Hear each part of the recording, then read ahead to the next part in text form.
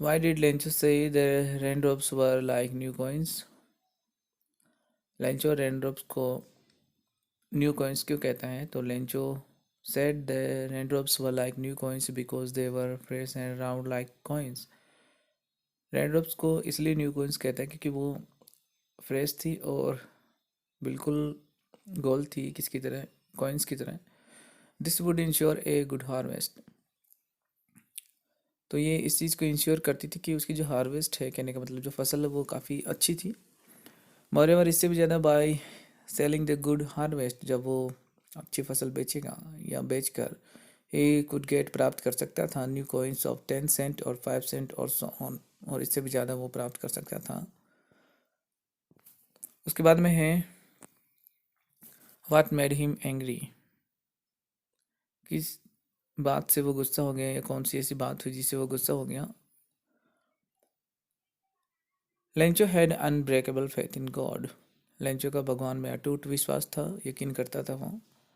ही believed, उसे यकीन था that God couldn't deny his request for help. मदद के लिए की गई प्रार्थना को भगवान इनकार नहीं कर सकता था. So he had requested for 100 pesos to god. इसलिए उसने भगवान से 100 पेसोज के लिए निवेदन किया. He received only 70 पेसोज. उसने केवल जो 70 पेसोज थे वो प्राप्त किए. ही थॉट, उसने सोचा, God couldn't have made mistake और डिनाइड हिज रिक्वेस्ट, कि भगवान से गलती नहीं हो सकती और ना ही वह उसकी प्रार्थना को ठुकरा सकता है, इनकार कर सकता है. द पोस्ट ऑफिस एम्प्लॉयज़ की, जो पोस्ट ऑफिस के जो एम्प्लॉयज़ हैं उन्हें वो कहते हैं बंच ऑफ क्रूक्स. ही, और उन्होंने ही उसको क्या किया? चीट किया, धोखा दिया. So this made him angry. तो इस बात से वो क्या हो जाता है? काफ़ी क्रोधित हो जाता है, गुस्सा हो जाता है. अगला क्वेश्चन है what ideals he set out for the future of south Africa. यानी साउथ अफ्रीका के फ्यूचर के लिए कौन कौन से आइडियल्स हैं वो जो सेट करता है. देखिए, south Africa will never again experience, यानी साउथ अफ्रीका अब दोबारा से कभी अनुभव नहीं करेगा दी ऑपरेशन, उस दमन का, उत्पीड़न का, ऑफ वन, एक का, बाय अनदर, दूसरे के द्वारा. The people will be liberated from poverty. लोग आज़ाद होंगे, स्वतंत्र होंगे पॉवर्टी से, डिप्रीवेशन से, सफरिंग से और डिस्क्रिमिनेशन से, गरीबी से, अभाव से, दुख दर्द पीड़ा से और भेदभाव से. These ideal set out for the future of south Africa. और यही जो आदर्श है जो सेट करता है वो साउथ अफ्रीका के लिए. उसके बाद में है why were two national anthem sung. दो राष्ट्रीय गान क्यों गाए गए? तो टू नेशनल एंथम्स वर संग, गाए गए दो राष्ट्रीय गान, बिकॉज क्योंकि दीज शोड टू विजन्स, क्योंकि यहाँ पे दो विजन हैं. एक तो है वो वाइट का है और दूसरा है ऑफ द ब्लैक, ब्लैक का, ब्लैक लोगों का. The white wanted to show respect to their national anthem. और जो सफ़ेद थे, गोरे लोग थे, वो अपने नेशनल एम के प्रति सम्मान दिखाना चाहते थे. उसी तरह से the black to their one. और जो काले लोग थे वो अपने राष्ट्रगान के प्रति सम्मान दिखाना चाहते थे. अगला क्वेश्चन है what twin obligations does Mandela mention. यानी कौन से दो ऑब्लिगेशंस हैं जो मंडेला मेंशन करता है. देखिए, the twin obligations Mandela mentions are, वो हैं the obligations to his family. Family के लिए ऑब्लिगेशन हो सकता है, पेरेंट्स के लिए हो सकता है, to his wife and children, पत्नी और बच्चों के लिए. और जो दूसरा ऑब्लिगेशन है वो है and the obligations to his people, अपने लोगों के लिए, अपनी प्रजा के लिए, टू हिज कम्युनिटी, समुदाय के लिए, एंड टू हिज कंट्री, और अपने देश के लिए. तो ये ट्विन ऑब्लिगेशन यहाँ हो गए जो मंडेला ने मेंशन करे. अगला क्वेश्चन है how did Mandela's hunger for freedom change his life. यानी स्वतंत्रता के लिए जो उसकी भूख है वो उसके जीवन को कैसे बदल देती है. Mandela was transformed from a frightened young man into a bold one. यानी एक फ्राइटन से, डरे हुए आदमी से वो किस में बदल जाता है? एक बोल्ड वन, बहादुर में बदल जाता है. From a law abiding attorney into a criminal. कानून का पालन करने वाला जो अटॉर्नी है उससे वो बदल जाता है क्रिमिनल में. From a family loving husband, और परिवार को प्यार करने वाले हस्बैंड से वो बदल जाता है इनटू ए मैन, एक आदमी में, विदाउट ए होम, जिसका कोई घर नहीं है. And from life loving man into A monk, और जीवन से प्यार करने वाले व्यक्ति से वो एक मॉन्क में बदल जाता है. जो साधु सन्यासी होते जिस तरह से, उसको बोलते हैं मॉन्क. अगला क्वेश्चन है the sight of the food maddened him.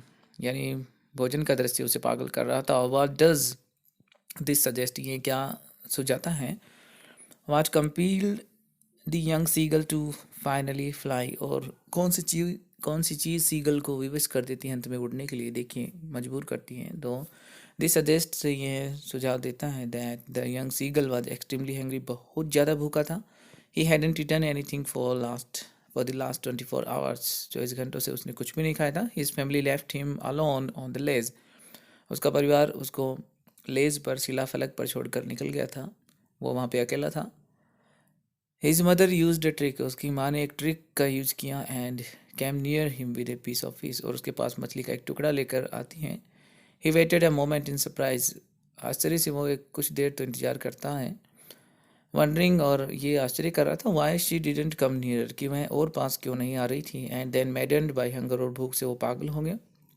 Seagull dived at the fish, और मछली को पकड़ने के लिए वो गोता लगाता है। एंड बिगेन टू फॉल डाउनवार्ड्स, और आगे की तरफ गिरना शुरू हो जाता है। ही वॉज अफ्रेड, वह बहुत ज़्यादा डर गया था। बट ही सा, उसने देखा दैट हिज विंग्स स्प्रेड आउटवार्ड्स, कि उसके जो पंख है वो बाहर की तरफ फैल चुके हैं। And he was flying in the sky, और वह आकाश में उड़ रहा था। तस इस प्रकार the young seagull learn to fly, उसने, नौजवान सीगल ने, बच्चे ने कहने का मतलब, उड़ना सीख लिया। I will take the risk, what is the risk, why does the narrator take it. मैं रिस्क लूँगा, जोखिम लूँगा, जोखिम क्या है और नरेटर ने इसे क्यों लिया। To fly the old Dakota DS-088 airplane through the storm clouds is the risk, यानी पुराने डेकोटा DS-088 एयरप्लेन को तूफानी बादलों में से उड़ाना एक जोखिम था, या जोखिम है। He also did not have enough fuel to fly around them to the north और south. He could go back to Paris which was about 150 kilometres behind him. अब उसके पास इनफ फ्यूल भी नहीं होता, और वो चाहता तो, यानी कन्फ्यूजन है वहाँ पे, वो चाहता तो वापस जा सकता था पेरिस, जो वहाँ से लगभग 150 किलोमीटर पीछे है उससे। The narrator wants to reach home, वह घर पहुँचना चाहता है। And to have a good English breakfast, और एक अच्छा अंग्रेजी नाश्ता करना चाहता है। So he takes the risk, इसलिए वो ये रिस्क लेता है, जोखिम लेता है। Describe the narrator's experience as he flew the airplane into the storm, यानी नरेटर का जो एक्सपीरियंस है वो हमें बताना है जब वह एयरप्लेन को तूफान में उड़ाता है। As he flew his airplane, जब उसने अपना एयरप्लेन उड़ाया, एवरीथिंग बिकेम ब्लैक, हर एक चीज़ काली हो गई। He could see nothing outside the airplane, airplane के बाहर कुछ नहीं देख सकता था। The old airplane jumped and twisted in the air, पुराना एयरप्लेन कूदा और इधर उधर हवा में हिला। The compass and the other instruments turn dead, और कंपास, दिशा सूचक यंत्र और दूसरे जो इंस्ट्रूमेंट्स थे वो फेल हो गए, काम करना उन्होंने बंद कर दिया। He try to switch on the radio, उसने रेडियो का स्विच ऑन करने की कोशिश की, but it also stop to working little, इसने भी काम करना बंद कर दिया। He could not make contact to the control room to know his position and the way, और वह कंट्रोल रूम से कांटेक्ट नहीं कर सकता, और ना ही अपनी पोजीशन जान सकता, और ना ही रास्ता जान सकता था। ही वॉज फ्राइटेंड, वह डर गया। देन ही साथ, अब उसने देखा अनदर एयरप्लेन, एक दूसरा एयरप्लेन वो देखता। Its pilot was waving to follow, इसका जो पायलट था दूसरे एयरप्लेन का, वो हाथ हिलाकर अपने पीछे आने के लिए इशारा कर रहा था। The strange airplane guided him to safe landing, और वही विचित्र एयरप्लेन उसको क्या करता है, गाइड करता है और उसकी सेफ लैंडिंग करवाता है। लेकिन जब वो जाता है कंट्रोल रूम में, तो वहाँ एक लेडी बैठी होती है, उससे पूछता है कि वो स्ट्रेंज एयरप्लेन कौन था, तो वो कहती कि वहाँ रडार पर कोई भी स्ट्रेंज एयरप्लेन नहीं दिख रहा था। तो काफ़ी इंटरेस्टिंग स्टोरी है ये। Why does Anne want to keep a diary, Anne एक डायरी क्यों रखना चाहती है, तो Anne wants to keep a diary, एक डायरी रखना चाहती है, बिकॉज क्योंकि she has no close friend to confide in, क्योंकि उसके पास कोई भी क्लोज फ्रेंड नहीं होता जिससे वो अपनी बातें शेयर कर सके, बता सके। अनफॉर्चुनेटली, दुर्भाग्य से, the situation is not going to change, वो परिस्थिति नहीं बदलने जा रही थी। सो इसलिए diary will help in getting all kinds of things off her chest, और एक डायरी एक ऐसी चीज़ थी जिस सभी प्रकार की चीज़ें जिस तरह से वो अपने सीने में रख सकती है, डायरी में रख सकती हैं, यानी अपनी भावनाओं को वो शेयर कर सकती है डायरी के माध्यम से। शी ट्रीट्स हर डायरी, और वो अपनी डायरी को इस तरह से ट्रीट करती है जैसे कि एज ए फ्रेंड ट्रीट करती है उसको, और उसको क्या कहकर संबोधित करती है, उसको कहकर संबोधित करती है वो Kitty. Why was mister Keesing annoyed with Anne, यानी जो श्रीमान किसिंग थे वो एन से क्यों नाराज थे, क्यों खिंच गए थे उससे। और what did he ask her to do, और उन्होंने उसे क्या करने के लिए कहा, तो देखिए mister Keesing was annoyed with Anne because she talked too much in the class, इसलिए नाराज थे क्योंकि जो एन थी वो क्लास में बहुत ज़्यादा बात करती थी। He asked her to write an essay, इसलिए उन्होंने एन को एक निबंध लिखने के लिए कहा। तो सबसे पहले तो उन्होंने जो उसको सब्जेक्ट दिया, टाइटल दिया, कहने का मतलब वो था ए चैटर बॉक्स। चैटर बॉक्स कौन होता है? बहुत ज़्यादा बात करता है, उसको बोलते हैं बातूनी। देन ऑन, और उन्होंने दूसरा जो ऐसे दिया था वो दिया था एन इनकॉरिजेबल चैटर बॉक्स। इनकॉरिजेबल का मतलब होता है जिसे सुधारा न जा सके। एंड फाइनली, और उन्होंने अंत में जो ऐसे दिया उसको लिखने के लिए वो था क्वैक क्वैक क्वैक। उसके बाद में बढ़ते हैं अगले क्वेश्चन पे। Where did Wanda sit in the classroom and why? Wanda class में कहाँ बैठती है और क्यों? Wanda sat in the seat next to the last seat in the last row in the classroom in room 13, यानी 13 number कमरे में, class में पीछे की सीट से आगे वाली सीट पर वो बैठती थी। The rough boy set there, वहाँ पे बदमाश लड़के बैठते थे। There was most scuffling of it, और पैरों से घसीटने की आवाज़ वहाँ पे आती थी। पैर वहाँ पे घसीटने की आवाज़ थी, कहने का मतलब उसको बोलते हैं स्कफलिंग। मोस्ट रोर्स ऑफ लाफ्टर, जोर जोर से हंसने की आवाज़ें, ठहाकों की आवाज़ें। And most mud and dust on the floor, और फर्श पर बहुत सारा कीचड़ हुआ करता था, धूल मिट्टी हुआ करती थी। She sat there because she came all the way from Bogan Heights. Bogan Heights से आने के कारण वो वहाँ पे बैठती थी। And her feet were usually caked with dry mud, और उसके जो पैर थे वो आमतौर पर सने होते थे, किससे? सूखी हुई मिट्टी से, धूल से, यानी उसके पैर सने हुए होते थे, उनके पैर पे मिट्टी चढ़ी होती थी। अगला क्वेश्चन है who won the drawing contest, what had the winner drawn? और ड्राइंग कॉन्टेस्ट कौन जीतता है, और जो जीतने वाला होता है, विजेता होता है, उसने क्या बनाया होता है? Wanda Petronski won the drawing contest, और वांडा पेट्रोन्स्की वो ड्राइंग कॉन्टेस्ट को जीतती हैं। She drew 100 design of dresses, उसने 100 डिजाइन बनाई ड्रेसेस की। All of them were different and beautiful, सारी की सारी अलग थी और सारी की सारी सुंदर थी। और ये बात वो कहती भी थी जब कोई उससे पूछता था उसके ड्रेसेस के बारे में, तो वो कहती कि उसके पास 100 ड्रेसेस हैं, सारी की सारी क्या हैं, अलमीरा में व्यवस्थित रखी हुई हैं। अगला क्वेश्चन है व्हाट डिड मिस्टर पैट्रोन्स्कीज लेटर से, यानी जो वैंडा के पिताजी होते हैं उनका लेटर क्या कहता है, यानी उसमें क्या लिखा हुआ था?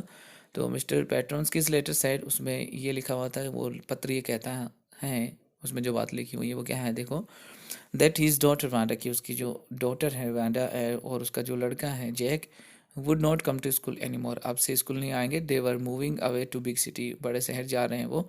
No one would holler them Polack and ask about their funny name, कोई भी अब उन्हें चिढ़ाएगा नहीं और ज़ोर से उन्हें पोलैक कहकर नहीं पुकारेगा, कोई भी उनका मजाक नहीं उड़ाएगा। What does Mary think hard about? What important decisions does she come to? देखो, Mary thinks hard about Wanda, Wanda के बारे में सोचती है वो। her faded blue dress, उसकी रंग उड़ी हुई यानी फीके रंग की जो ब्लू ड्रेस होती है उसके बारे में सोचती है। एंड द लिटिल हाउस, और छोटे घर के बारे में सोचती है, सी लिव्ड इन, जिसमें वो रहती थी। शी ऑल्सो थिंक्स, वो ये भी सोचती हैं, of the glowing pictures of dresses made by Wanda, Wanda के द्वारा जो चमचमाती हुई यानी शानदार जो तस्वीरें उसने बनाई थी उसके बारे में वो सोचती हैं। और फिर वो क्या डिसाइड करती, देखिए। She decides not to stand by next time when something wrong is being done, यानी आगे से अब भी कुछ गलत होगा तो वो उसको सहन नहीं करेगी, तो इसका निश्चय वो करती हैं। शी वुड स्पीक अप, वो बोलेगी, if she heard anybody making fun or treating others kindly unkindly, यदि कोई किसी के साथ अनकाइंडली ट्रीट करता है या उसका मजाक उड़ाता है तो वो उसके खिलाफ क्या करेगी, बोलेगी, वो सहन नहीं करेगी अब। She wouldn't mind even lodging Peggy's friendship, और उसे अब फ़र्क नहीं पड़ेगा यदि पैगी से उसकी दोस्ती टूट जाएगी या चली जाएगी। From now she would never make anybody unhappy, अब से वह किसी को भी क्या नहीं करेगी, अनहैप्पी नहीं करेगी, किसी को दुखी नहीं करेगी। तो ऐसा डिसीजन वो लेती है। बढ़ते हैं अगले क्वेश्चन पे।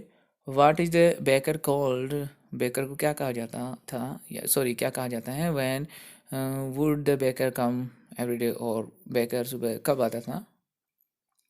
The baker is called pader in Goa, Goa में बेकर को पादेर कहा जाता है। Who wears a half pant, जो एक हाफ पैंट पहनता था। Which reaches just below the knee, जो घुटनों के ठीक नीचे तक जाती थी।